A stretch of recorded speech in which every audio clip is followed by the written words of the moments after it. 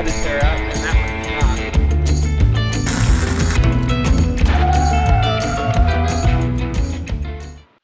Hi guys, and welcome back to the channel. Today we're going to be working on putting the new 12 volt Lippert tongue jack on.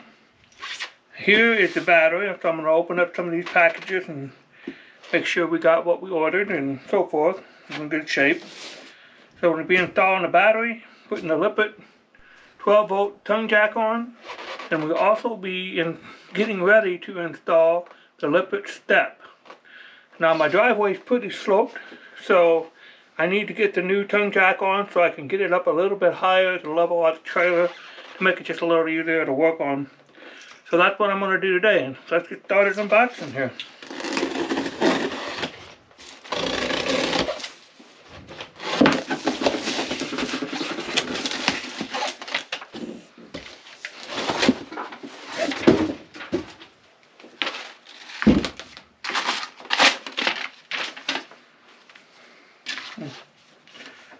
Two separate manuals.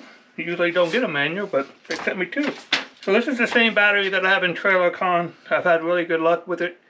It's been in there almost 3 years and it's never let me down. Holds a good charge. So I decided to recommend this to them to put in their trailer. It's economical, and I think it does a good job.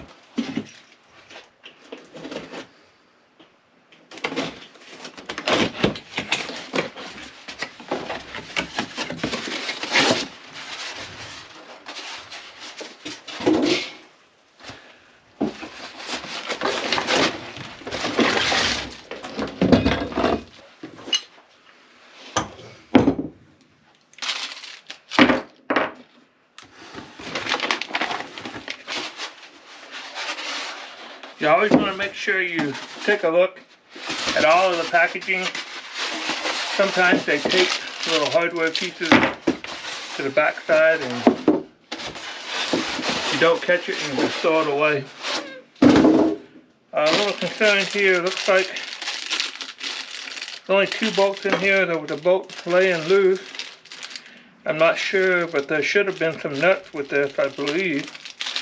We'll take a look and see what we got. Lippert jacks, they're pretty much a standard on a lot of RVs. I've had really good luck with them.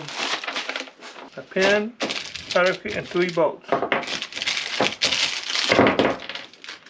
So we have everything. There's not supposed to be any nuts with it. Apparently you're to use the nut that you remove off of the existing jack. So, nice heavy wiring. 30 amp fuse. So far very well packaged, and just with the exception of the 1 bolt being loose in there, it looks like it tore a hole in the packaging. It came out the side.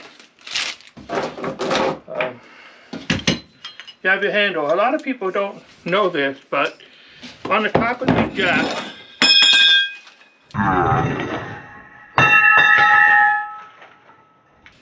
on the top of these jacks there's a plug, and if you remove this rubber plug, it's a spot to be able to manually crank this jack in case of a dead battery. Or what happens a lot of times, people will run the jack up too far, and especially on some of your cheaper models, it will blow a fuse instantly, and then they can't figure out how to work the jack. But if you take this little rubber plug out right here, even if you don't have this handle, you can get yourself a socket, an impact wrench, or just do it by hand. But you can raise and lower it that way. Now I really like the base to this. This, when placed on a piece of board or something like that, will stay really good and solid. You can change the base if you choose. You want to put a wheel on it or a different type of pad. I had just found that worked really good. Now these ground through the frame of the trailer, so you'll have to scuff this up a little bit and make sure that you get a good contact to the trailer frame. When you put a 12 volt system in a battery, when you put a 12 volt system into a camper conversion, you should always make sure that you ground the frame to that battery, but that all ground wires run back to the grounding block.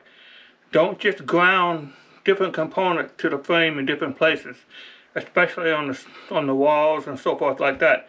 Run a ground wire back to the grounding block. The last box I got here is the step, the 24-inch single. I had the same step on my build. Works great.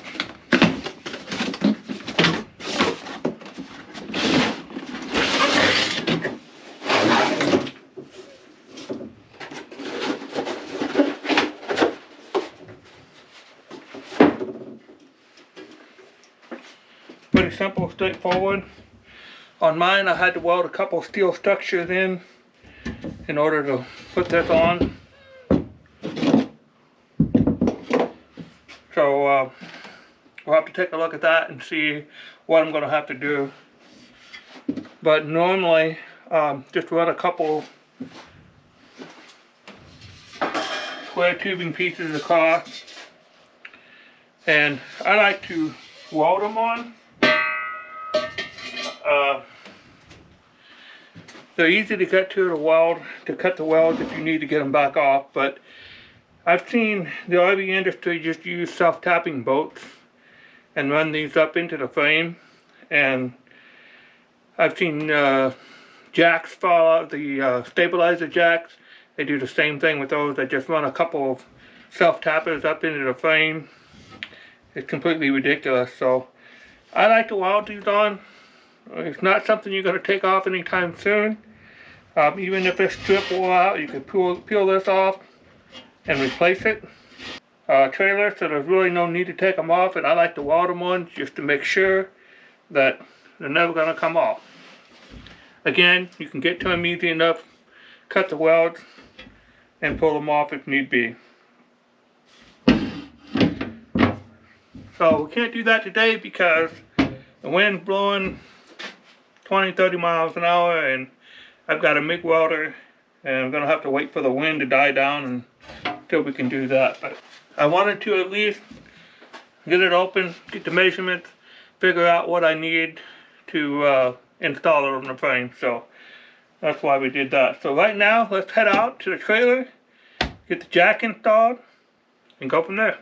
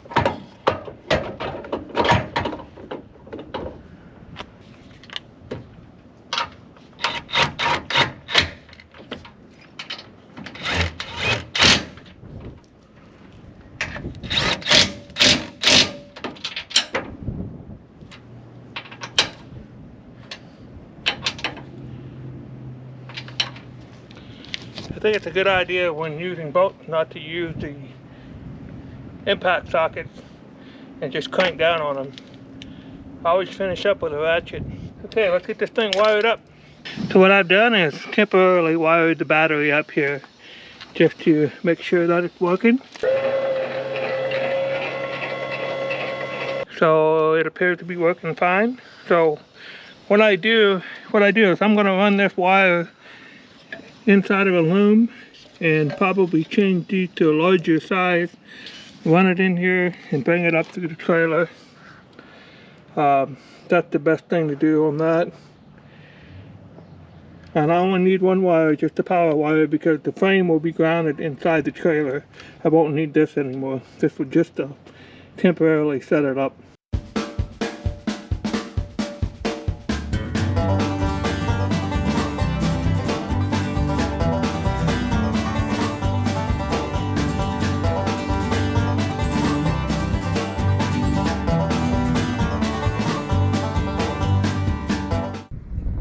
still needs to come up a little bit, but totally better than it was. I'm happy with that. But as you can see, this is why I need to step on there. We've got it way up in the air. And so I'm gonna get that step on there right away. Take a look down here and see what we got.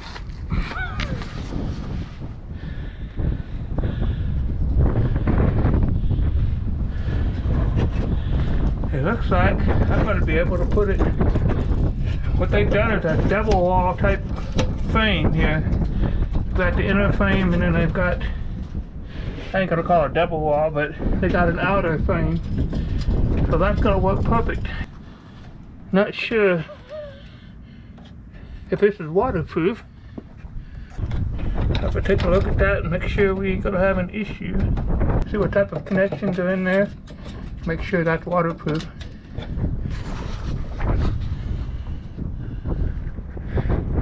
Overall, under here, it looks pretty good. I'm happy with this part of it.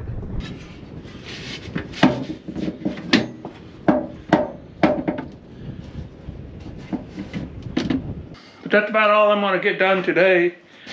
The wind is just blowing too much to get the welding done outside.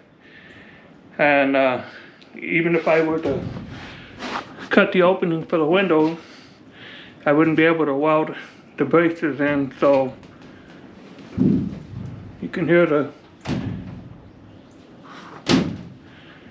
wind really whipping out there. So I'm gonna call it a day. We've had rain 5 out of 7 days, and then when the rain stopped, of course, it got cold and the wind blew. So